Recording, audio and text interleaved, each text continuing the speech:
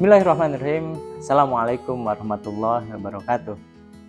Ayah bunda yang disayang Allah, semoga ayah bunda dan keluarga selalu dalam lindungan Allah Subhanahu wa Ta'ala. Dua video sebelumnya ayah bunda bisa saksikan di deskripsi video di bawah ini. Dan di video kali ini saya akan menyampaikan bahwa informasi itu bisa merubah pemahaman seseorang. Baik. Saya akan menyampaikan cerita dan ayah bunda silahkan dipilih. Ketika ayah bunda disodorkan dua pertanyaan, ayah bunda akan lebih memilih mana antara diizinkan dan diperintah. Nah, kebanyakan ayah bunda dan kebanyakan orang itu biasanya lebih memilih sesuatu yang memang disenangi, gitu, yaitu diizinkan. Baik, ceritanya begini.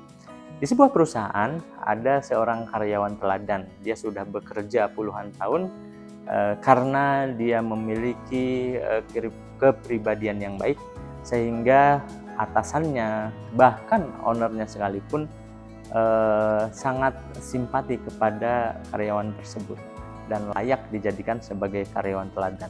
Suatu hari karyawan tersebut meminta izin kepada ownernya untuk izin libur 1 bulan. Untuk apa? Yaitu untuk berangkat umroh. Akhirnya keinginannya itu disampaikan kepada atasannya dan atasannya menyampaikan kepada owner perusahaan tersebut dan diizinkan karyawan tersebut untuk cuti selama 1 bulan untuk berangkat umroh, yaitu waktu sebelum keberangkatan, kemudian ketika umroh dan setelah umroh. Akhirnya dengan biaya yang dikumpulkan dari usahanya yang bertahun-tahun, dia bisa berangkat umroh dengan keluarganya dan karyawan tersebut diizinkan untuk bisa berangkat umroh dengan libur kurang lebih 1 bulan. Baik, cerita yang kedua. Nah, ayah bunda di perusahaan yang sama ternyata ada karyawan baru. Karyawan baru ini baru bekerja kurang lebih 6 bulan atau setengah tahun. Hanya saja karena kejujurannya, akhirnya karyawan baru ini dari latar belakang yang sederhana, terlihat dari penampilannya, kemudian pola sikapnya juga, dia mendapatkan hati di atasan-atasannya dan juga ownernya. Ini bukan karena dia menjilat, tapi karena memang dia memiliki akhlak yang baik.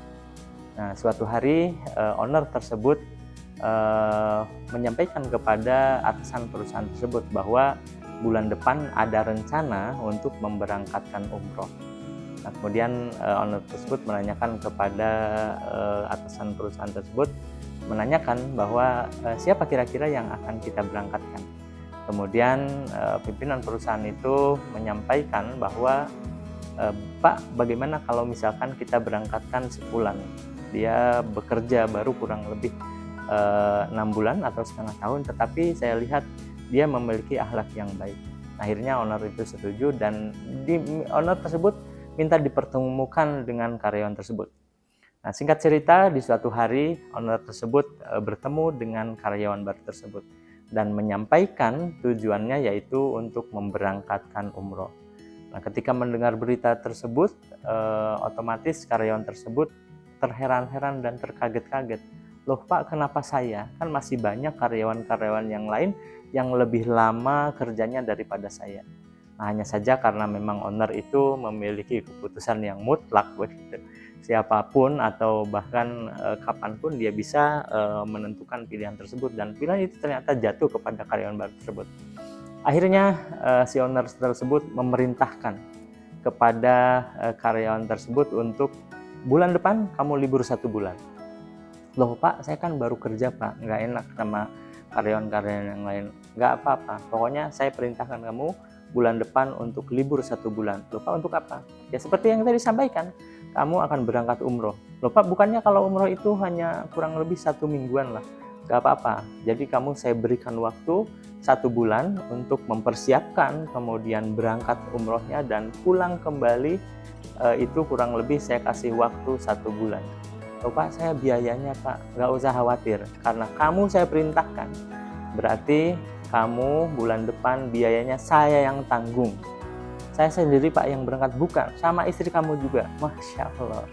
dari cerita ini bahwa ketika seseorang itu diperintah, otomatis dia tidak usah mengeluarkan biaya sendiri, tetapi perusahaannya lah yang menanggung. Baik ayah bunda yang disayang Allah, bagaimana? Dari dua cerita tersebut, saya yakin ayah bunda merubah pemikiran atau merubah jawaban yang awalnya ayah bunda mungkin memilih diizinkan, tetapi ketika mendengar informasi atau cerita yang kedua, otomatis ayah bunda lebih memilih diizinkan. Nah, inilah yang saya maksud, informasi itu bisa merubah pemahaman seseorang. Nah, jadi ayah bunda yang disayang Allah, yuk terus semangat mendidik buah hati kita, memberikan informasi-informasi yang baik kepada buah hati kita. Tentunya informasi-informasi yang Islami. Demikian, semoga bermanfaat. Terima kasih. Assalamualaikum warahmatullahi wabarakatuh.